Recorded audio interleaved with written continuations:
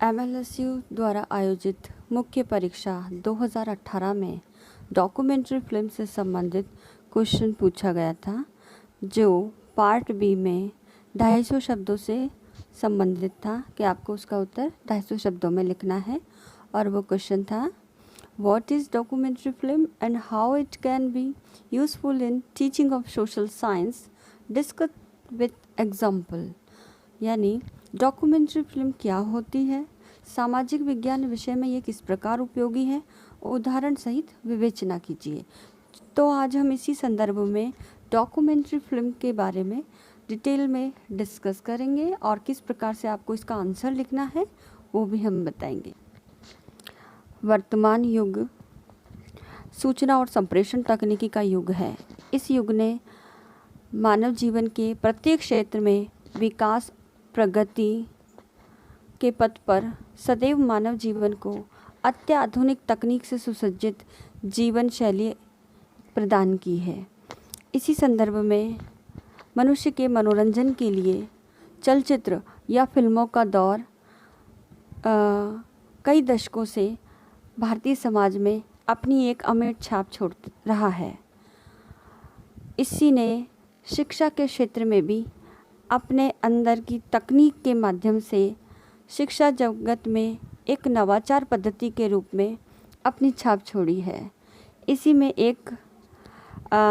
Technology या innovation या method के रूप में हम डॉक्यूमेंट्री फिल्म का यूज़ सोशल साइंस सब्जेक्ट में करते हैं। डॉक्यूमेंट्री फिल्म एक प्रभावशाली शैक्षणिक साधन है, जिसके माध्यम से हम बालकों को प्रदान किए जाने वाले ज्ञान अर्थात विषय वस्तु को बहुत ही प्रभावशाली तरीके से बालकों के सामने प्रस्तुत कर सकते हैं। और सिनेमा या डॉक्यूमेंट्री फिल्म या चलचित्र एक ऐसा सशक्त माध्यम है जिसमें बालकों की सभी ज्ञानेंद्रियाएं सक्रिय रहती है।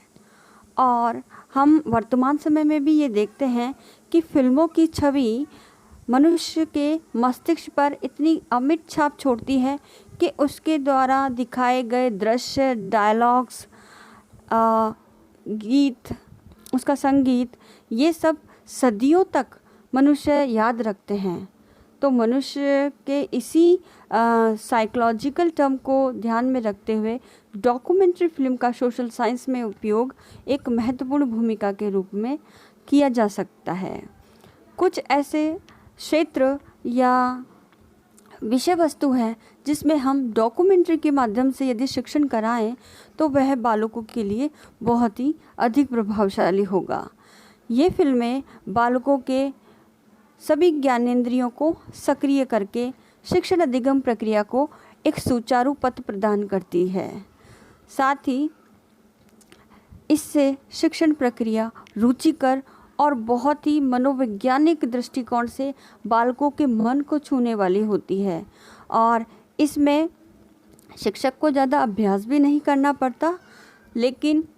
इस डॉक्यूमेंट्री फिल्म से संबंधित सभी संसाधनों को उपलब्ध कराने में, उसके प्रभावी रूप से आयोजन करने में शिक्षक को थोड़ी सावधानी और ध्यान भी बरतना पड़ता है। डॉक्यूमेंट्री फिल्म से संबंधित कई प्रकार के उपकरण हमारे समाज में उपलब्ध है, जो सूचना और संप्रेषण तकनीकी की ही देन है, जिसमें video cassettes, LCD, DVD, TV, radio, projector, computer और इंटरनेट के माध्यम से ऑनलाइन जितनी भी डॉक्यूमेंट्री फिल्म ऑनलाइन अवेलेबल है, हम उन्हें अपने सब्जेक्ट के अनुसार यूज़ कर सकते हैं। और ये फिल्में हम कक्ष में प्रोजेक्टर के माध्यम से किसी वॉल पर या स्लाइड्स के माध्यम से प्रोजेक्ट करके अपने बच्चों के शिक्षण के लिए उपयोग में ला सकते हैं। वर्तमान समय में मोबाइल या स्मार्टफोन का बहुत ज़्यादा प्रचलन है और इसने शिक्षक को स्वयं एक आज शिक्षक अपने विषय वस्तु से संबंधित कोई भी तथ्य, घटनाएं, विचार इत्यादि को अपने स्थानीय स्तर पर उपलब्ध संसाधनों के माध्यम से अपने स्वयं के मोबाइल का यूज़ करके और मोबाइल से उस पर्टिकुलर डॉक्यूमेंट्री बना करके अपने बालकों को भी शिक्षण के दौरान दिखा सकता है। इस प्रकार डॉक्यूमेंट्री फिल्म शिक्षण अधिगम प्रक्रिया को एक उपयोगी आधार भी प्रस्तुत करती है, साथ ही मानव जीवन की वास्तविकताओं से भी परिचित कराती है। अब आगे इसके सोपान है कि एक शिक्षक किस तरह से डॉक्यूमेंट्री फिल्म का यूज़ अपने क्लासरूम टीचिंग के दौरान करेगा। तो उसके कुछ स्टेप्स है वो इस प्रकार है। फर्स्ट है प्रिपरेशन अर्थात तैयारी। इसमें अध्यापक अपनी फिल्म से संबंधित जितने भी विषय है उसकी लिस्टिंग करेगा, साथ ही लिस्टिंग करने के बाद जितने भी अवेलेबल रिसोर्सेज है डॉक्यूमेंट्री फिल्म से रिलेटेड, चाहे वो सीडीज़ है, वीडियो कैसेट्स हैं या आपका कंप्यूटर के माध्यम से ऑनलाइन इंटरनेट के माध्यम से आप ऑनलाइन कोई डॉक्यूमेंट्री फिल्म अपलोड करके उसे दिखाना चाहते हैं, तो ये सारी चीज़ें आपको पहले से ही शिक्षक को उसकी जांच कर लेनी है कि वो सही चल रही है या नहीं पूरी, और साथ ही अपने बालकों को उस डॉक्यूमेंट्री फिल्म को देखने के लिए मनोवैज्ञानिक रूप से भी तैयार करें, उनके अंदर रुचि पैदा करें और कक्षा की बैठक व्यवस्था, हवा, रोशनी, इन सब का भी ध्यान रखें। इसके साथ ही बालक की उस डॉक्यूमेंट्री फिल्म को देख करके बाद में किस प्रकार से विचार विनिमय या विचार विमर्श आपस में करेंगे, डिस्कशन करेंगे उस डॉक्यूमेंट्री फिल्म पर, तो उसके बारे में पूर्व में ही पूरी दिशा निर्देश और मार्गदर्शन बालकों को प्रदान कर दे, ताकि डॉक्यूमेंट्री फिल्म के पश्चात बाद में डिस्कशन में कोई प्रॉब्लम क्रिएट ना हो। दूसरा स्टेप है प्रेजेंटेशन अर्थात प्रस्तुतिकरण। अब क्लासरूम में डॉक्यूमेंट्री फिल्म को टीचर किस प्रकार से प्रस्तुत करेगा, उसके लिए सबसे पहले फिल्म के प्रस्तुतिकरण से पहले खुद टीचर सभी व्यवस्था करके उस डॉक्यूमेंट्री फिल्म को पहले एक बार खुद देखे और ये जांच करे कि हाँ वो फिल्म सही चल रही है या नहीं। उसके पश्चात ही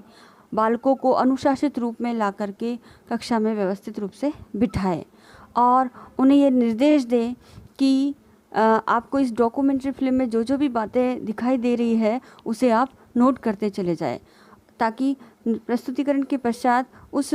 नोट को पूर्ण करें और बाद में अगर कोई डॉक्यूमेंट्री फिल्म के दौरान प्रस्तुतिकरण के समय कोई ऐसे इम्पॉर्टेंट घटना, स्मारक या व्यक्ति दिखाई दे रहा है जिसका दोबारा रीप्ले करके दिखाना हो, तो टीचर उसको दिखाए ताकि उससे संबंधित ज्ञान और अधिक उसे या बालकों को स्पष्ट हो जाए। तो इन सब बातों का प्रस्तुतिकरण के समय एक अध्यापक को ध्यान रखना चाहिए। थर्ड स्टेप है फॉलो अप स्टेप, जिसे कहते हैं अनुवर्ती कार्य। इसमें यह मूल्यांकन का कार्य है जिसमें बालकों ने डॉक्यूमेंट्री फिल्म से संबंधित किस प्रकार से अपने विचारों को व्यक्त किया है उस पर खुल करके विचार विमर्श या ओपन डिस्कशन किया जाता है, ताकि फिल्म के दौरान जो भी कार्य बच्चों को देना है देखने के पश्चात वो क्रियात्मक कार्य भी उनको दिया जाता है। बालक अपनी उस क्रियात्मक कार्य से संबंधित और उस डॉक्यूमेंट्री फिल्म से संबंधित अपनी सभी जिज्ञासा, सभी शंकाएं टीचर के सामने रखते हैं और टीचर उन शंकाओं का प्रॉपर रूप से समाधान करता है और जो भी प्रसारित जानकारी है उसको जो प्रबंधन है उसको किस प्रकार से रिकॉर्ड करना है और किस प्रकार से उसका हमें भावी क्लासरूम के लिए एक स्टोर करके रखना है, तो उस समस्त प्रसारित विषय सामग्री को जो डॉक्यूमेंट्री फिल्म के माध्यम से प्रसारित की गई है उसका उचित प्रबंधन भी शिक्षक करता है और उसे रिकॉर्ड भी करता है और व्यवस्थित रूप से जो स्कूल की मैनेजमेंट कमेटी है उसको हैंडओवर करता है ताकि फर्दर उसका यूज़ किया जाए। यह सोशल साइंस से रिलेटेड एक डॉक्यूमेंट्री फिल्म है। देवभूमि हिमाचल प्रदेश ये भारत के सबसे खूबसूरत प्रांतों में से एक है। पश्चिम हिमालय के उत्तर पश्चिमी इलाके में बसा हिमाचल प्रदेश अपने पड़ोसी राज्यों से अपनी आध्यात्मिक सुंदरता और भौगोलिक संरचना के आधार पर बिल्कुल भिन्न है। ये पर्वत सदियों से कई समुदायों का निवास स्थान रहे हैं। इनमें से एक है गद्दी समुदाय, जो गडरिये भी कहलाते हैं।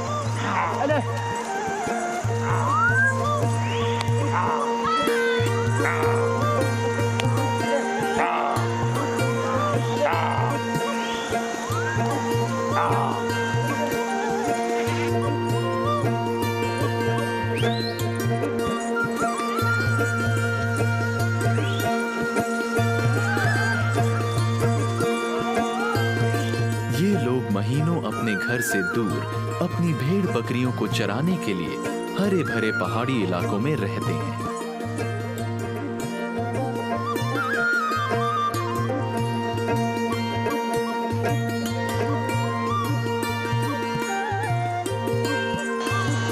मेरा नाम राजेंद्र है, जो भी है मेरे घर सीन और 4 भाई ना है, चारों अलग अलग रहते हैं। 2 भाई आए जाना 4 दाना इन राजिया में 14 नदी में का हाउ बैठा हाउ बकरी आकलब रपा पार्लर भी 25 था 10 साल 10 था खाना खर्चा रोटी कपड़ा सीधा पूरा खर्च।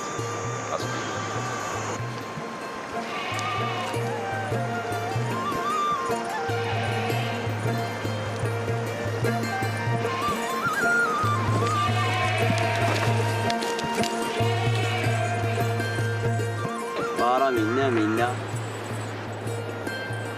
तो आइए हम देखते हैं कि ऊन का कारोबार कैसे चलता है तथा उसमें कितने लोग कार्य करते हैं। भेड़ों को उनकी ऊन के लिए पाला जाता है। ऊन को हाथ और मशीन दोनों से ही निकाला जाता है। पहाड़ी इलाकों में जहां पर बिजली का साधन नहीं है, वहां हाथों से ही ये काम किया जाता है। भेड़ से ऊन साल में 2 से 3 बार ही निकाली जाती है। एक भेड़ से एक बार लगभग 1.5 से 2 किलो ऊन प्राप्त की जा सकती है।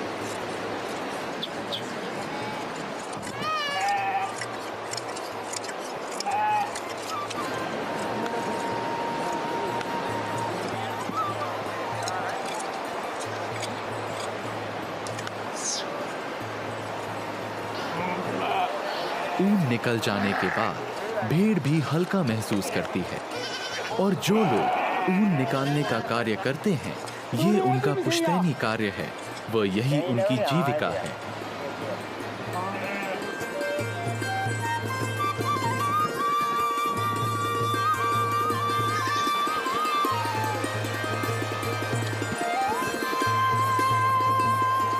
ऊन को उनके रंगों के अनुसार ऊनी थैलों में भरकर पहाड़ों से नीचे की तरफ लाया जाता है।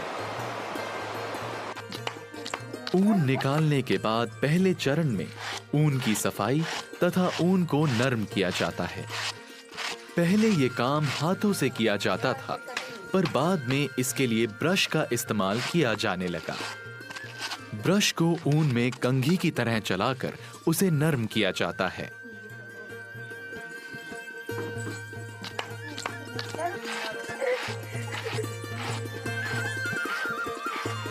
आधुनिक विकास के चलते अब इस काम को पानी और बिजली से चलने वाली मशीनों द्वारा किया जाता है। अब लोग भी हाथ के बजाय मशीनों का प्रयोग करना पसंद करते हैं, क्योंकि इससे समय की बचत के साथ साथ काम की दक्षता भी बढ़ जाती है।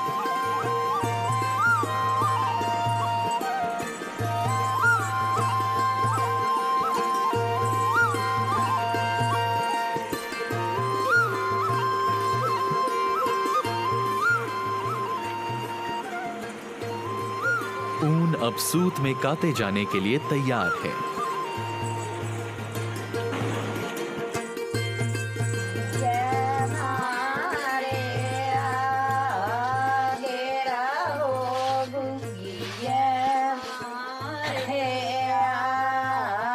ये कार्य चरखे की मदद से किया जाता है। कातते समय 2 प्रकार के सूत प्राप्त किए जाते हैं, पक्का सूत और कच्चा सूत। यहाँ पर औरतें अपने मन की बातें भी कर लेती हैं और नए नए गीतों का भी निर्माण कर लेती हैं।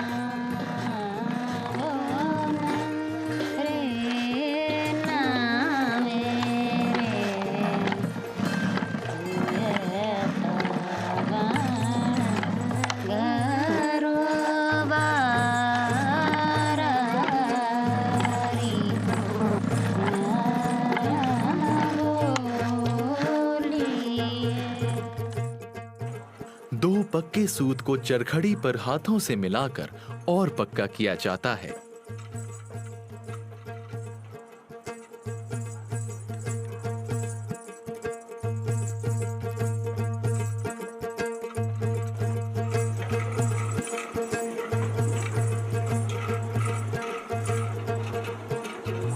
अब एज़ पर क्वेश्चन कि आप सोशल साइंस में किस प्रकार से डॉक्यूमेंट्री फिल्म का यूज़ कर सकते हैं, उसके संबंध में कुछ विषय वस्तु ऐसी है जिसके ऊपर हम as a social science teacher उसका यूज़ कर सकते हैं, क्योंकि सोशल साइंस सब्जेक्ट एक इंटीग्रेटेड सब्जेक्ट है जिसमें history, geography, political science, sociology, humanology and philosophy, ये सारे एलिमेंट या सारे सब्जेक्ट्स की कुछ कंटेंट को इंग्रेडिएंट करके एक सब्जेक्ट तैयार किया गया है जिसे सोशल साइंस कहते हैं। तो सोशल साइंस में इस उपरोक्त सभी सब्जेक्ट्सों से संबंधित कुछ पर्टिकुलर विषय वस्तु को हम डॉक्यूमेंट्री फिल्म के माध्यम से दिखा सकते हैं, और पूर्व के स्टेप के अनुसार ही सोशल साइंस टीचर पहले ये सब तैयारी कर ले, और तैयारी करने के बाद अपने कक्ष में इस डॉक्यूमेंट्री फिल्म को दिखाए। उसमें संबंधित कुछ सब्जेक्ट्स के अंतर्गत कुछ टॉपिक्स की लिस्ट है, वो इस प्रकार है कि विभिन्न देशों के रीति रिवाज है, परंपराएं हैं, पोशाक है, उनका खान पान है, रहन सहन है, मेले त्योहार इत्यादि है। इन सांस्कृतिक विशेषताओं से संबंधित आप डॉक्यूमेंट्री फिल्म को क्लासरूम में दिखा सकते हैं, और इससे बालकों को उनके जिस भी देश का या जिस भी स्थानीय जाति का या किसी समाज की सांस्कृतिक पहलू को दिखाने का जो दिखाया जा रहा है उस विशेषताओं से बालक अवगत हो सकते हैं। नेक्स्ट, इसमें विभिन्न देशों में किए जाने वाले आयात निर्यात, विदेशी व्यापार, देशी व्यापार, इससे संबंधित वस्तुएं, वो निर्यात किस प्रकार से हो रहा है, किस प्रकार से प्रोडक्ट सप्लाई किए जा रहे हैं, उस संबंधी विषय वस्तु को भी आप डॉक्यूमेंट्री फिल्म के माध्यम से दिखा सकते हैं। साथ ही भौगोलिक पर्यावरण को, भौगोलिक के अंतर्गत या हमारे जितने भी प्राकृतिक संसाधन हैं, हम किस प्रकार से उसका दोहन करते हैं, उद्योग कौन कौन से हैं, उसमें कौन कौन से उद्योगों में वो खनिज पदार्थ है जिसके द्वारा किस प्रकार से प्रोडक्ट तैयार होता है, उसकी उत्पादन प्रक्रिया है, जैसे गेहूँ निकालने की प्रोसेस है, साथ ही सूती वस्त्र उद्योग है, सीमेंट उद्योग है, इसको भी हम डॉक्यूमेंट्री फिल्म के माध्यम से दिखा सकते हैं। इसके साथ ही पूरे विश्व में या कई देशों में प्राकृतिक संसाधनों का वितरण किस प्रकार से है, कौन कौन से खनिज है, प्राकृतिक रिसोर्सेज है जो पर्टिकुलर बहुतायत मात्रा में किन्हीं देशों में उपलब्ध है, और प्राकृतिक प्रदेश कौन से हैं, क्षेत्रीय प्रदेश कौन कौन से हैं, उसमें भौतिक जो संसाधन है या भौतिक रूप से जो वितरण है, नदियाँ, पहाड़, झीलें, इन सब का भी हम डॉक्यूमेंट्री फिल्म के माध्यम से दिखा सकते हैं। साथ ही कृषि उद्योग है, उसकी फसलें हैं, फसलों का जो वितरण है, साथ में पर्यावरण प्रदूषण एक बहुत ही ज्वलंत समस्या है, और पर्यावरण में और कई समस्याएं जैसे ग्लोबल वार्मिंग है, तो इन समस्याओं से संबंधित भी डॉक्यूमेंट्री हम बालकों को दिखा सकते हैं। साथ ही सामाजिक जीवन से संबंधित हमारे सामाजिक संबंधों, हमारे सामाजिक मूल्यों, समाज की जो स्थिति है और समाज में जो समस्याएं हैं, जातिगत व्यवस्था है, हमारी पुराणिक रूप में जो वर्ण व्यवस्था रही थी उसके हिसाब से मानव जीवन की आधुनिक स्थिति क्या है, कौन सी प्रथाएं समाज में विद्यमान है, कौन सी कुप्रथाएं अभी भी प्रचलित है, सामाजिक परिवर्तन हमारे प्राचीन समाज से अब समाज तक किस प्रकार से हो रहा है, वो परिवर्तित जीवन शैली, हमारी लाइफ स्टाइल कैसी है, हमारे आधुनिक समाज की व्यवस्था विशेषताएं किस प्रकार की है जो दिखाई देती है, महिलाओं की स्थिति क्या है, वुमेन एम्पावरमेंट और जेंडर, ये दो ऐसे करंट टॉपिक्स हैं या करंट इश्यूज़ हैं जिसके ऊपर हम डॉक्यूमेंट्री फिल्म बालकों को दिखा सकते हैं। साथ ही हिस्टोरिकल परिप्रेक्ष्य में हम देखें तो संग्रहालय में उपलब्ध जो जितने भी संसाधन है जो पौराणिक रूप से अब तक हमने हमारे एक विरासत के रूप में संजो करके रखे हैं, हमारी सांस्कृतिक धरोहर है, स्मारक है, किले हैं, हमारी सभ्यताएं हैं जिसके द्वारा हमने जो अवशेष प्राप्त किए हैं, पुरातात्विक अवशेष जिन्हें हम कहते हैं। इसके साथ ही कुछ कार्बन के अकॉर्डिंग उनकी जो आयु है वो ज्ञात किए हुए हैं, और जो जीवाश्म हैं, हम इनको अपनी डॉक्यूमेंट्री फिल्म के माध्यम से भी दर्शा सकते हैं। और इतिहासकारों की जीवनी है, आत्मकथाएं हैं, जो शासक वर्ग थे उनके संग्रहालयों के अंदर किस प्रकार से उनकी स्थिति के ऊपर जो ग्रंथ या पुस्तकें मिली हैं, संदर्भ पुस्तकें मिली हैं, हम उनके अंदर से जो उनके आर्थिक पहलू है, राजनीतिक पहलू है, उनके सामाजिक पहलू से रिलेटेड जो साक्ष्य संग्रहालयों में उपलब्ध है, उनके आधार पर हम अब उनके शासन व्यवस्था किस प्रकार की रही है वो डॉक्यूमेंट्री फिल्म के माध्यम से हम दिखा सकते हैं। इसके साथ ही विभिन्न राजनीतिक दृष्टिकोण से अगर हम देखें तो राजनीतिक मामले भी जो विभिन्न देशों में अभी बनाए जाते हैं, न्यूज़ के माध्यम से हमें सुनाए जा रहे हैं। और हमारे विभिन्न देशों की विदेश नीतियाँ, हमारे विदेशी संबंध और विदेशी समस्याएं, संयुक्त राष्ट्र संघ, इसके कार्य प्रणाली, इसकी बैठकें, इसके विभिन्न विभाग जो हैं, वर्ल्ड बैंक वगैरह, साथ ही यूनेस्को है, यूनिसेफ है, इनकी कार्य की गतिविधियों पर उपलब्ध जानकारी के आधार पर डॉक्यूमेंट्री फिल्म्स हम बना सकते हैं। दक्ष सम्मेलन की जितनी वार्ताएं हैं, बैठकें हैं, सम्मेलन जो हो रहे हैं उसके अंदर क्या निर्णय लिए जा रहे हैं, कौन कौन से समझौते हमारे प्राकृतिक संसाधनों के ऊपर समूचे देश में एक दूसरे से प्राकृतिक संसाधनों के उपयोग के संदर्भ में किए जा रहे हैं,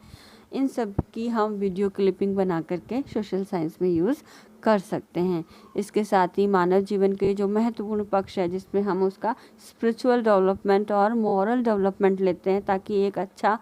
आदर्श समाज स्थापित हो सके, उससे संबंधित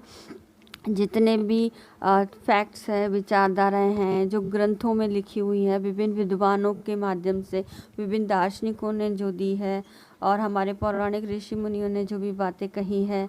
धर्मगुरुओं ने जो बातें कही हैं, उनकी धर्मगुरुओं के विचार हैं, उनकी जीवनियाँ हैं, आत्मकथाएं हैं, अब हम इनको अपने सोशल साइंस सब्जेक्ट में यूज़ कर सकते हैं एज ए डॉक्यूमेंट्री फिल्म बना करके। इसके साथ ही हमारी मानव सभ्यता का विकास है, ब्रह्मांड है, हमारी सृष्टि है, इसकी उत्पत्ति से रिलेटेड कई डॉक्यूमेंट्री फिल्म्स हैं, कई छोटी छोटी वीडियोस की क्लिपिंग यूट्यूब पर ऑनलाइन डली हुई है। साथ ही आप एज ए टीचर खुद उसे क्रिएट भी कर सकते हैं। साथ ही आधुनिक मानव है, किस प्रकार से उसका डेवलपमेंट हुआ है, समाजों की संरचना कैसी है, उनकी संरचना के अंदर उसकी राजनीतिक, सामाजिक, आर्थिक, नैतिक, धार्मिक, इन सब व्यवस्थाओं की जानकारी को हम छोटी छोटी वीडियो क्लिपिंग के माध्यम से दिखाएंगे, तो बालकों के लिए रुचिकर भी होगा। और बालकों को उस डॉक्यूमेंट्री फिल्म को देखने में, क्योंकि फिल्म एक ऐसा मनोरंजन का साधन है जिसे बालक बहुत ही ध्यान से, गहराई से देखते हैं और इतनी रुचि लेते हैं उसमें कि खाना तक भूल जाते हैं, ये स्थिति है। तो डॉक्यूमेंट्री फिल्म बहुत ही इम्पॉर्टेंट है। एज अ टीचर उससे अपने तैयारी में, उसके प्रस्तुतिकरण में और अनुवर्ती कार्यों को बहुत ही ध्यानपूर्वक करना चाहिए, ताकि डॉक्यूमेंट्री फिल्म के प्रसारण के समय क्लासरूम टीचिंग में किसी प्रकार की कोई प्रॉब्लम ना हो। बालकों को भी प्रॉपर समय समय पर गाइडलाइन देता रहे, ताकि टीचर उससे दी गई गाइडलाइंस के अनुसार बालक उस चीज़ को नोट भी करता रहे जो इम्पॉर्टेंट है। और टीचर्स जब इस टाइप की डॉक्यूमेंट्री फिल्म क्लासरूम में प्रेजेंट करता है, तो अपने आप में एक मॉडल हो जाता है जो कुछ इनोवेटिव, कुछ लीक से हटकर कुछ डिफरेंट टाइप से या डिफरेंट मेथड से पढ़ाने का प्रयास कर रहा है। तो वो नेचुरल है, बालकों के लिए बहुत ही ज़्यादा इम्प्रेसिव होता है। और इस डॉक्यूमेंट्री फिल्म के माध्यम से हम पूरे संसार की वास्तविकताओं को हूबहू दिखा सकते हैं। तो बालक उन विशेषताओं को समझ सकता है, उन वास्तविकताओं को समझ सकता है, उन समस्याओं के आधार पर उन पर गहराई से चिंतन कर सकता है, सोच सकता है, विचार कर सकता है। तो इस प्रकार से और राज्य और राष्ट्रीय स्तर पर जितने भी शिक्षा शास्त्री हैं, अगर टीचर खुद डॉक्यूमेंट्री फिल्म के माध्यम से प्रस्तुतिकरण ना दे सके, तो उन लोगों को भी इनवाइट करके as a resource person documentary film का प्रदर्शन करवा सकता है, प्रस्तुतिकरण करा सकता है, तो इस प्रकार से सोशल साइंस सब्जेक्ट में डॉक्यूमेंट्री फिल्म एक बहुत ही इम्पॉर्टेंट रोल प्ले करती है। तो टीचर को समय समय पर कुछ विषय वस्तुओं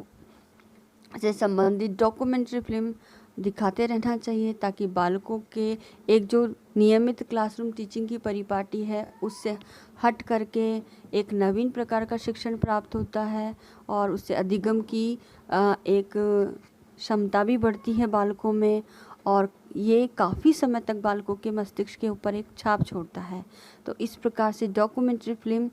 सोशल साइंस ही नहीं बल्कि सभी सब्जेक्ट्स में बहुत ही उपयोगी है। तो एक टीचर्स के लिए अपने विषय वस्तु को बहुत प्रभावशाली तरीके से कन्वे करने के लिए, ट्रांजैक्शन करने के लिए एक बहुत ही बेहतरीन साधन है। तो आई होप ये कंटेंट आपके लिए बहुत ही इम्पॉर्टेंट है और बहुत ही रुचिकर भी रहा होगा। अब आज का होमवर्क है वो इस प्रकार से है, डॉक्यूमेंट्री फिल्म की सोशल साइंस सब्जेक्ट में उपयोगिता सह उदाहरण यानी एग्जाम्पल देते हुए आप स्पष्ट कीजिए।